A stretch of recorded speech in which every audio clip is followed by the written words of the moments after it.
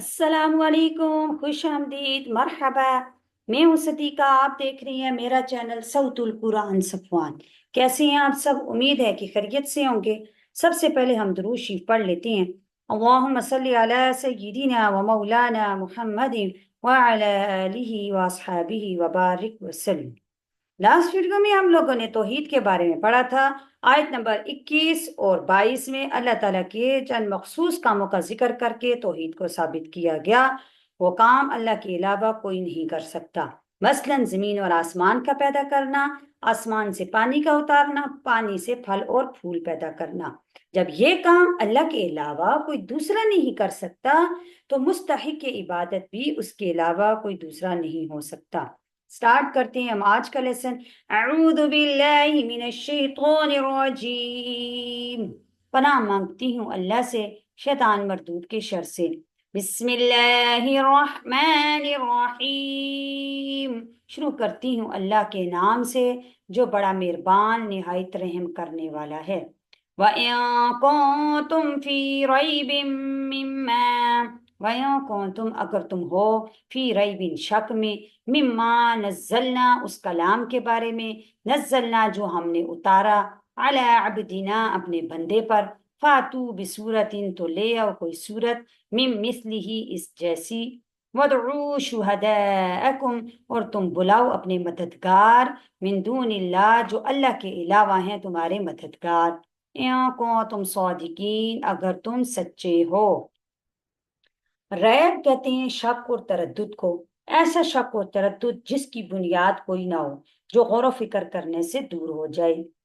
अगर तुम तरद्दुद में हो, अगरचे कुरान अपने वाज़ेह दलाइल की वजह से शक और तरद्दुद का महल नहीं है, लेकिन तुम अपनी नावाकिफियत की वजह से फिर भी तुम्हें शक है, तो इस जैसी कोई सूरत ले आओ। इस आयत में कुरान ने पूरी दुनिया के इंसानों को खिताब करके चैलेंज दिया कि अगर तुम इस कलाम को अल्लाह का कलाम नहीं बल्कि किसी इंसान का कलाम समझते हो, तुम भी इंसान हो, तुम्हें भी ऐसा कलाम पेश करने पर कुदरत होनी चाहिए। पूरा कलाम तो क्या, तुम इसके एक छोटे से टुकड़े की मिसाल बनाकर पेश कर दो। और मजीद आसानी ये दी जाती है कि अगर कोई आदमी अकेला ये काम ना कर सके तो अपने साथ अपने मददगारों को जमा कर ले, एक बैनुल आलमी कॉन्फ्रेंस करके इस कुरान की छोटी सी सूरत की मिसाल बना लो। शुहदा का मानी है, वैसे तो इसका मानी है हाजिर होना।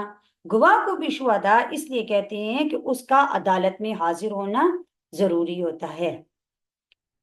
फ़इल्लम तफ़अलू वलं तफ़अलू, अगर ऐसा ना कर सको, फ़इल्लम तफ़अलू अगर ऐसा ना कर सको, वलं तफ़अलू और हरगिज तुम ऐसा नहीं कर सकते, फत्तकुन नारल्लती तो बचो उस आग से, वक़ूदुहन्नास वल हिजारतु जिसका ईंधन लोग, वल हिजारतु और पत्थर हैं, उइद्दत लिल काफिरीन जो तैयार की गई है काफिरों के लिए। इस आयत में अल्लाह ताला ने डराया कि अगर ये काम ना कर सको तो जहन्नम की सख्ती और आग से बचो, और ये गैरत दिलाई कि तुम्हारी मिजाल नहीं है कि इस जैसी तुम एक सूरत बना सको। और फिर डराया कि तुम इस कलाम की मिसाल बनाने से अपने आप को आजिज समझते हो।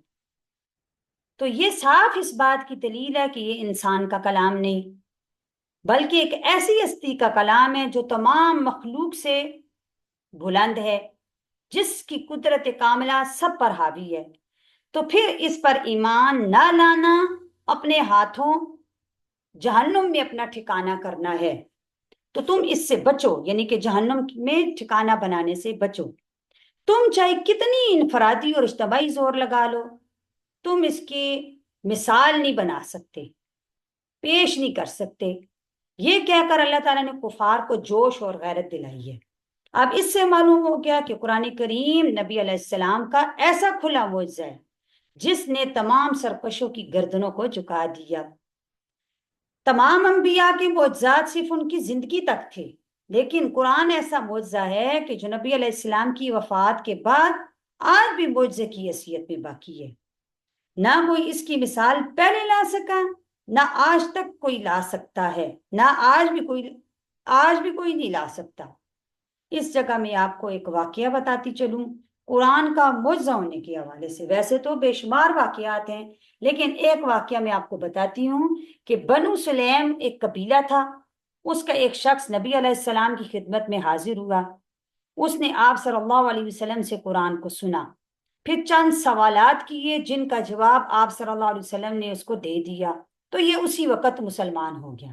جب واپس اپنی قوم میں گیا تو لوگوں سے اس نے کہا کہ میں نے روم اور فارس کے فصیح اور بلیغ کلام سنے ہیں، بہت سے کائنوں کی کلمات سنی ہیں، لیکن جو نبی علیہ السلام کا کلام ہے اس کی مثل میں نے آج تک کوئی نہیں سنا۔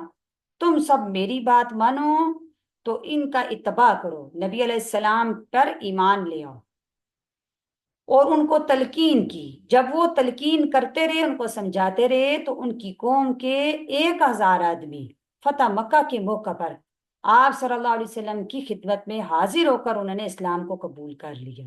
یہ قرآن کریم کے کھلا معجزہ تھا کہ یہ اللہ تعالیٰ کی کتاب ہے۔ امید ہے کہ آج کا لیسن آپ کو سمجھ آ چکا ہوگا۔ اللہ تعالیٰ سے دعا ہے کہ اللہ تعالیٰ قرآن کو سمجھنے، اس پر عمل کرنے کی توفیق عطا فرمائے۔ اللہ تعالیٰ آپ کو ایمان کی بہترین حالت میں صحت اور عافیت کے ساتھ ہمیشہ خوش رکھے۔ اپنا بہت سا خیال رکھیے گا۔ اپنی سسٹر کو اجازت دیجیے۔ نیکسٹ ویڈیو تک کے لیے اللہ حافظ، فی امان اللہ۔